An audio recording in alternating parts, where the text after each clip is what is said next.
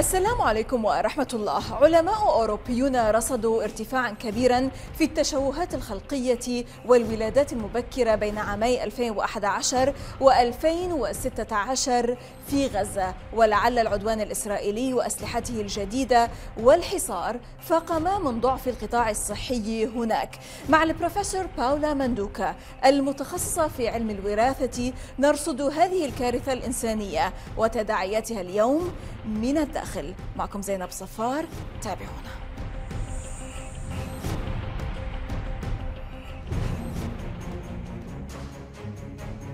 للمرة الأولى خلال ال5 عقود الأخيرة سجل ارتفاع في معدل الوفيات بين المواليد الجدد لدى اللاجئين الفلسطينيين في غزة بحسب تقديرات الاختصاصيين المتابعين لهذا الملف، ولعل هذا قد يعكس عدم كفاية الرعاية للأطفال الحديثي الولادة في المستشفيات.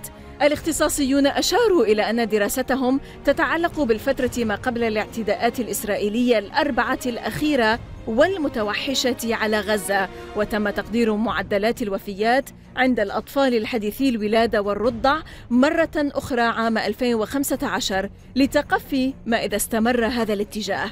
ولعل الحروب الحديثة لا تنتهي بوقف الأعمال العدائية، لكنها ما تزال تلقي بظلالها القاتمة على البيئة وتؤثر على صحة المدنيين لسنوات مقبلة. وكما هو معلوم في المجالات الطبية والعلمية، ومن المسلم به أن صحة الأم والطفل هي أساس صحة كل السكان. باولا ماندوكا الأستاذة في علم الجينات في جامعة جنوة الإيطالية، كيف تقيم الوضع في غزة من منظور طبي، وما الذي تعنيه بالتلوث بالمعادن وتأثيرها على صحة الطفل، وماذا تكشف في دراسة تحليلية عن التلوث الذي تسببت به المعادن من جراء العدوان الإسرائيلي بأسلحته الجديدة على غزة، وتخبرنا بالتفاصيل عن الرسالة المفتوحة التي وقعتها مع بعض من زملائها ونشرت في مجلة لانست عما كان يجري في غزة عام 2014 والتي أدت إلى حملة تشويه ضدها.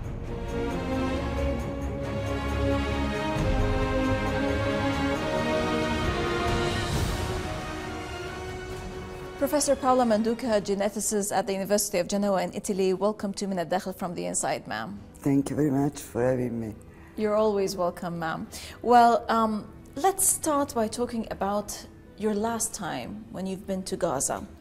How do you assess the situation there from a medical perspective, knowing the fact that, Gaza have faced a lot or repeated Israeli aggression the last 7 years? Listen, we did not do anything different that the World Health Organization recommended to do in all countries, mostly in the countries that have extraordinary situation, which is surveillance of the births and the damages to reproductive health. Trying to do some research on the ecology and the determinants that can affect reproductive health, and try to carry that on time. So essentially we did, there are two aspects to the work. One was an immediate assessment, which has been done on 500 women that were pregnant during the war in 2014, in the first trimester of pregnancy, and came to deliver in 4 different maternities. So it's covering the constituency of 4 governatorates, essentially, different places in the Gaza Strip. All the places were targeted by the Israeli military power. All the places where there was really no place that was not targeted. This time was extremely extensive. And I tell you what is the outcome of this study. So we had these women coming to deliver. We gave them a questionnaire including many medical questions, because we have to know. To monitor, yes. Exactly. But also including a lot of environmental questions, which have to do with all the possibility of things that may affect the health of the mother or the child. And so we have the answers to these questionnaires. And then we also did an analytical study to check the contamination by metals, and I will tell you why by metals afterwards, of the mothers and the newborn. Now, the first part of the study, which is the collection of the information on the exposure of the mothers, we tested many things: food, source of water, exposure to industry, exposure to chemicals of agricultural use, of household use. First of all, the number of women that declared they were exposed directly to attacks by the Israeli army. And it turned out that 68% of these women were either attacked in their home or next door home was attacked, which, given the kind of weapons that have been used, often they got, you know, snarples in their own home, even if it was the next one attacked. They surely were exposed to this blast. When we analyzed these women for the contamination by metals. What do you mean by the metals? Contamination by metals? Heavy metals mostly, but not only, which are all contaminants that stay in the environment. They remain, they're not washed out. And they are assimilated by all livings, including humans.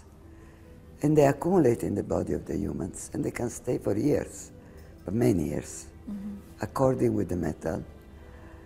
And during the pregnancy, they also often mobilized. Say during pregnancy you have remodeling of bone, you have remodeling of certain organs, which may release the contaminants that has been stored in them. So the risk given by these metals is also very complex to study, but is surely extended in time. Previously, we had found that children with birth defects, newborn, so never exposed to the outside environment, if they came from mothers that were exposed to white phosphorus, they were contaminated by mercury, which is an element contained into the weaponry of white phosphorus that was about the cast lead. And premature children had different kind of contamination, different from normal children.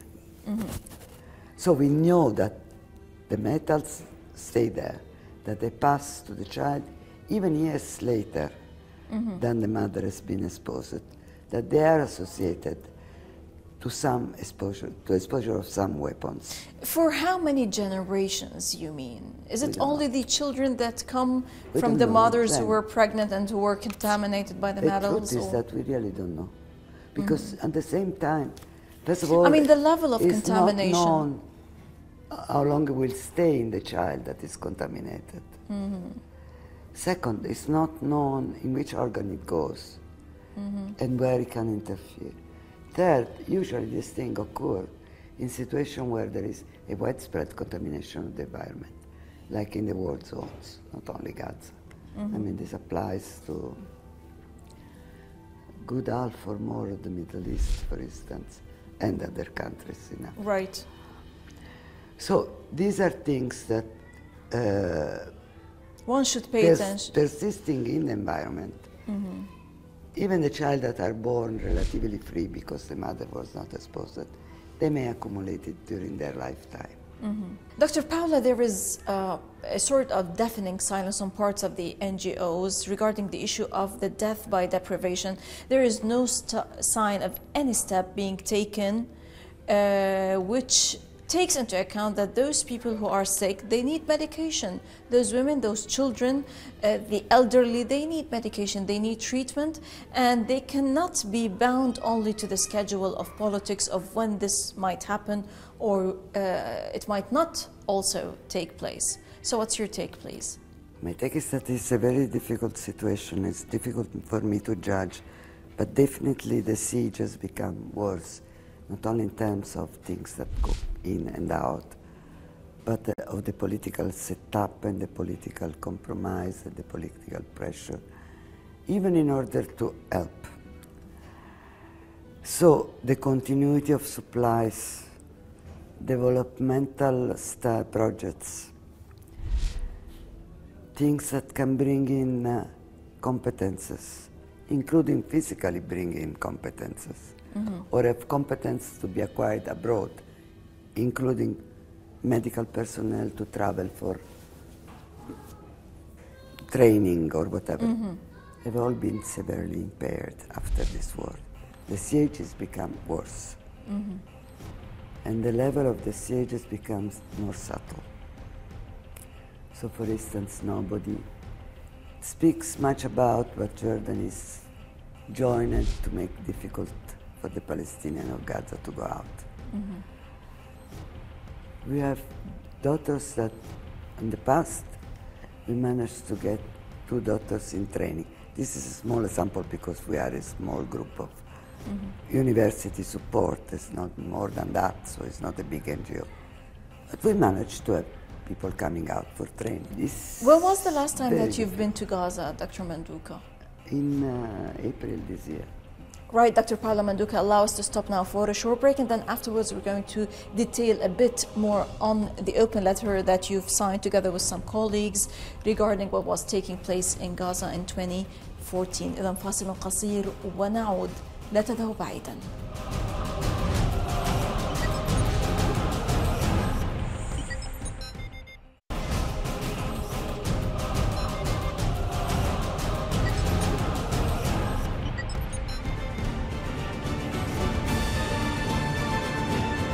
الدكتورة باولا ماندوكا أستاذة علم الجينات في جامعة جنوة الإيطالية كتبت في 22 من يوليو 2014 مع 23 اختصاصياً في مجال الصحة والعلم رسالة مفتوحة موجهة للناس في غزة نشرت في مجلة لانست التي تعد واحدة من أقدم وأشهر المجلات الطبية العامة في العالم.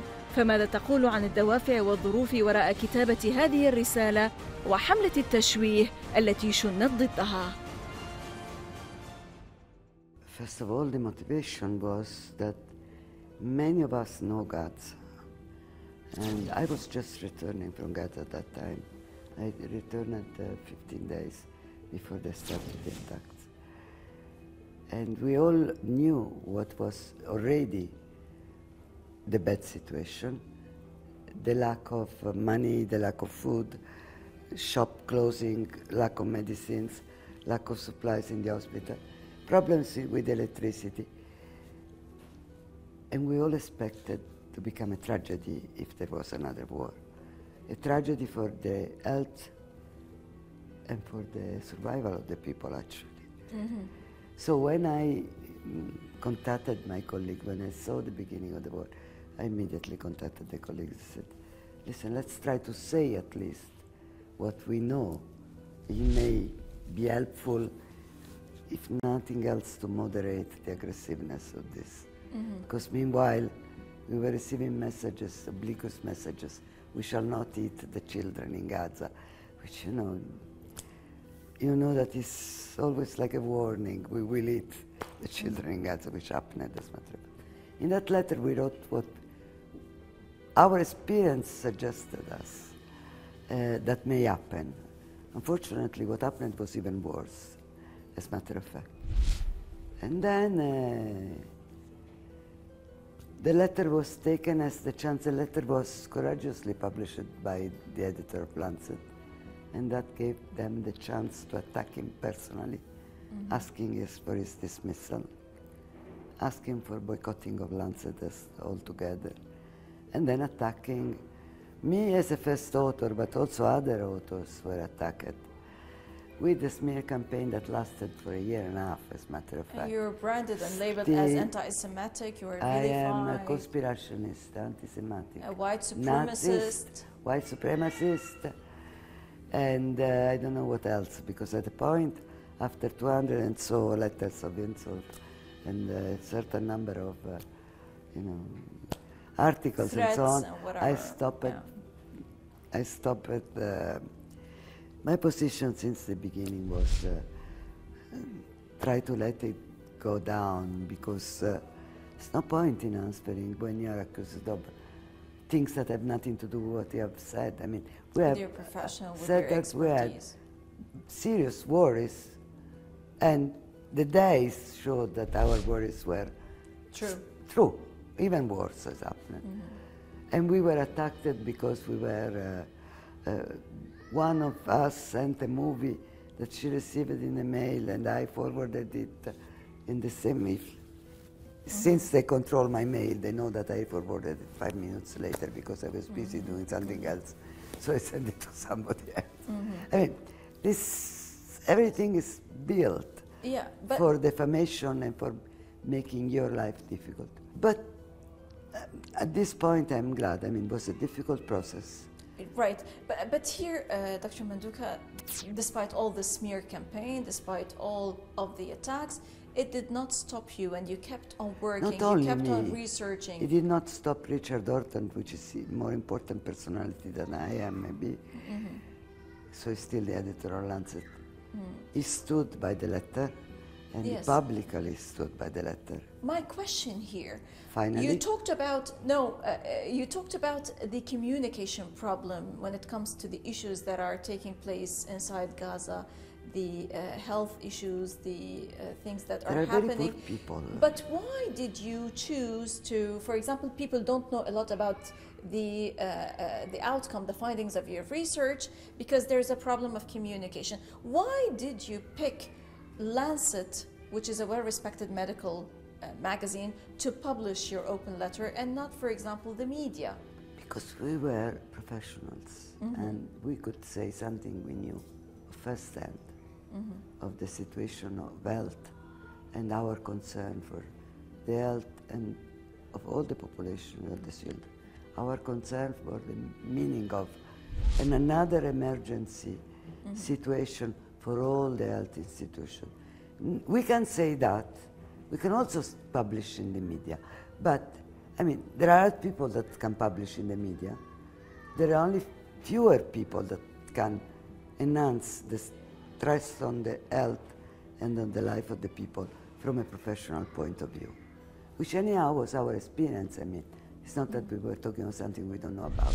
Of course. So I thought, I mean, our role was that, to bring it to the, even to if the you want, eye. to the public eye through the professional side, and also to the eyes of public health, not only... Now, what recommendations, Dr. Paula, if I may ask, you come up with concerning the findings of your research? Our aim... Politically, socially, environmentally, first of all, our aim solidarity. First of all, our aim is to try to have enough information that we are able to find some remedies and target a remedy to the population of the mothers, so the women in the span, and possibly of the fathers, because in Gaza there is another problem, which is an increase in male fertility, which is most likely due to similar contaminants, but has not been studied yet in depth. That is our first concern. Then what can be done politically? Come on, have some developmental programs in Gaza, not only charity and emergency funds, which means to have people that can stably support them professionally, till there is the complete autonomy to carry them on and get the money to do that. I mean, get the medicine when they are needed, and not according to God knows what other decision politically opened the siege. Regarding the findings that you've reached, Dr. Paula, did that, give you the information to raise any law court cases, any suits against Zeynep, the Israeli occupation? everybody has a corner that he can contribute well. If anybody wants to take what we have done, action, legal action, they can. or the people who are experts. Our information is public; it's published. So they can base the transparency of how it's obtained is there. So your duty have been. So, whoever is able to pursue what is actually a different, another path, which requires energies, competences, money in itself. I would like to say one thing. Yes. That at this stage, where I see that the main thing that we should be doing is to establish a surveillance project for reproductive health in Gaza. And in my opinion, from my experience, it's a moment where there are the conditions. We have people already trained, which can also train others. We have the understanding, not only from the reproductive health, maternity people, but also from public health people in Gaza, that would be worth to have, to build up something that stays, as in many other countries there are. I started to think that would be nice, very, very nice, if big institutional players would enter, not private, UN or World Health Organization, and help to give continuity to what we have done in small size, and leave the competences and the control of the register to whoever will be the Minister of Health in the next 20 years. Yes, but you know there are too many limitations for this, we believe. Professor Paola Mandouka, geneticist at the University of Genoa, Italy, many thanks indeed for joining us, and many thanks indeed for all this intensive information. Thank you. You're most welcome, ma'am. إذا لقاء جديد في الأسبوع المقبل مع ضيف جديد وقضية جديدة ودائما من الداخل. للمزيد من التواصل بريدنا theinside@الميادين.net وصفحتنا على الفيسبوك من الداخل. من كل فريق عمل من الداخل من كل ميادين. السلام عليكم ورحمة الله.